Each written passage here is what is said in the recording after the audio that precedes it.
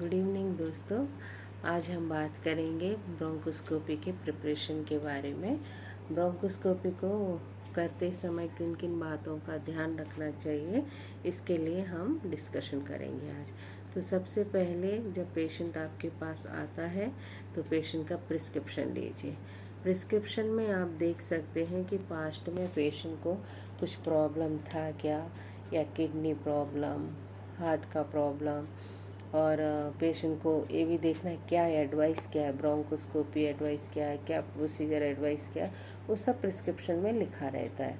तो इसीलिए प्रिस्क्रिप्शन पढ़ना बहुत ज़रूरी है सिस्टर को, क्योंकि सिस्टर ही फर्स्ट चेक कर रहे हैं ना, पेशेंट को फर्स्ट सिस्टर ही देख रहे, रिसीव कर रहे। तो पेशेंट को हम कंफर्टेबल पोजीशन देना है, पेशेंट को बिठाना है बेड पे, और हम वाइटल्स चेक करना है। तो वाइटल्स चेक्स करते समय ये ध्यान देना है कि पेशेंट के हाथ में कोई प्रॉब्लम ना हो, उसको पूछ लें। कोई कोई पेशेंट को, जैसे सीए ब्रेस्ट पेशेंट रहता है, तो उनको हम जिस हाथ में उनको प्रॉब्लम रहता है तो हम बीपी उस हाथ में चेक नहीं करते। किडनी पेशेंट को हाथ में फिस्टूला रहता है, तो फिस्टूला वाले हाथ से भी हम बीपी चेक नहीं करते। इसलिए हम जब भी बीपी कप यूज़ कर रहे हैं तो पेशेंट को एक बार कंफर्म कर लें कि आपको कोई हाथ में दिक्कत तो नहीं है। उसके बाद आप प्रिस्क्रिप्शन चेक करेंगे, प्रिस्क्रिप्शन में क्या प्रोसीजर एडवाइस किया है। पल्मोलॉजी में बहुत सारे प्रोसीजर होते हैं, तो आप देख लें। ब्रोंकोस्कोपी है, एफओबी लिखा रहता है समटाइम।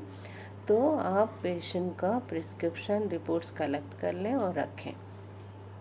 उसके बाद पेशेंट को पूछ लें कि आपने पानी या खाना कब पिया था, कब खाना खाया था, क्योंकि लोकल ब्रोंकोस्कोपी प्रोसीजर करते समय पेशेंट कम से कम 4 घंटे कुछ नहीं लेना है।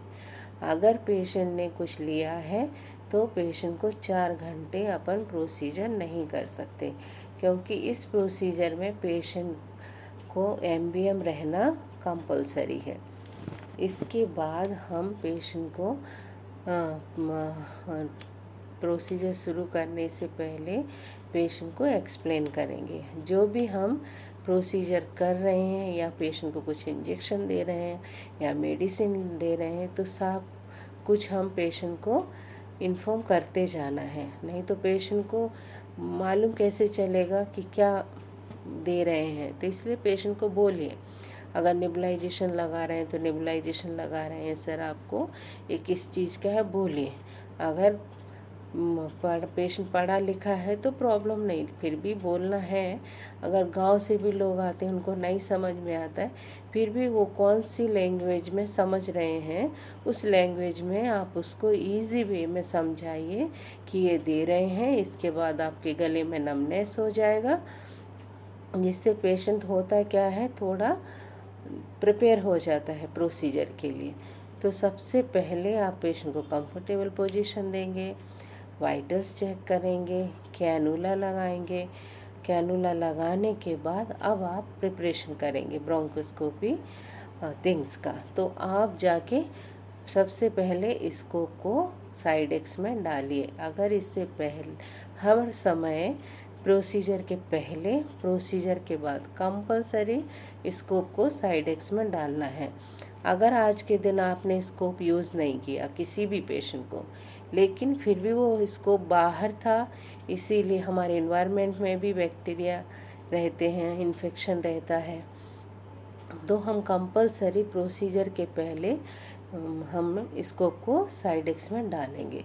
उसके बाद आप हैंड वॉश करके आ जाइए, स्टेराइल टेक्निक में प्रिपरेशन कीजिए। तो एक और सिस्टर को बुला लीजिए हेल्प के लिए, उन लोग थिंग्स को ओपन करेंगे और आप रेडी करेंगे। तो सबसे पहले हैंड वॉश करेंगे, उसके बाद आप गाउन पहनेंगे, सर्जिकल ग्लव्स पहनेंगे, और अब दूसरा सिस्टर आपको थिंग्स ओपन करते जाएंगे।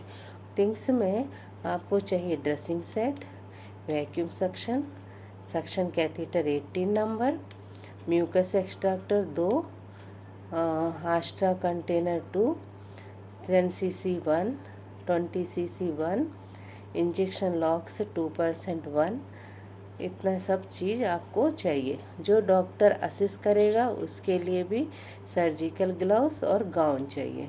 उसके बाद 500 ml NS भी हम लेना है। इसके बाद ये सब रेडी होने के बाद आप डॉक्टर को इन्फॉर्म कीजिए पेशेंट रेडी है। फिर पेशेंट को निबलाइजेशन देना है। निबलाइजेशन में 2% ले रहे हैं अभी हम लोग, तो 3 ml निबलाइजेशन जो 2% है सिरिंज से लेके निबलाइजेशन मास्क में डालिए, निबलाइजेशन दीजिए। उसके बाद डॉक्टर को पूछ के प्रोसीजर शुरू कर रहे हैं तो फिर उसका थ्रोट में हमको 10% लॉक्स का स्प्रे करना है 3 बार गले के अंदर, जिससे पेशेंट का गले में नमनेस हो जाएगा। जब डॉक्टर प्रोसीजर के समय में स्कोप को पास करेंगे थ्रोट के थ्रू तो उसको पेन महसूस नहीं होगा, पेन नहीं होगा। जस्ट पता चलेगा कोई चीज़ नोज़ के होते हुए गले से जा रहा है, लेकिन पेन नहीं होगा। इसलिए हम 10% लॉक्स यूज़ कर रहे हैं। उसके बाद डॉक्टर को पूछ के इंजेक्शन फेंटानिल देना है कि नहीं, डॉक्टर ही बोलते हैं। अगर हाई रिस्क है तो किसी किसी पेशेंट को हम एनेस्थेसिया मीन्स मैक सेडेशन नहीं देते, लॉक्स इंजेक्शन से ही हम पेशेंट का प्रोसीजर कर लेते हैं। उसमें आता है स्प्रे, और जो हमने 15 ml NS plus 15 ml 2% lox bowl में मिला के रखा है। जब हम इसको को अंदर ले जाते हैं डॉक्टर प्रोसीजर के दौरान, तो जो लोब में जाते हैं राइट में लेफ्ट में, तो जब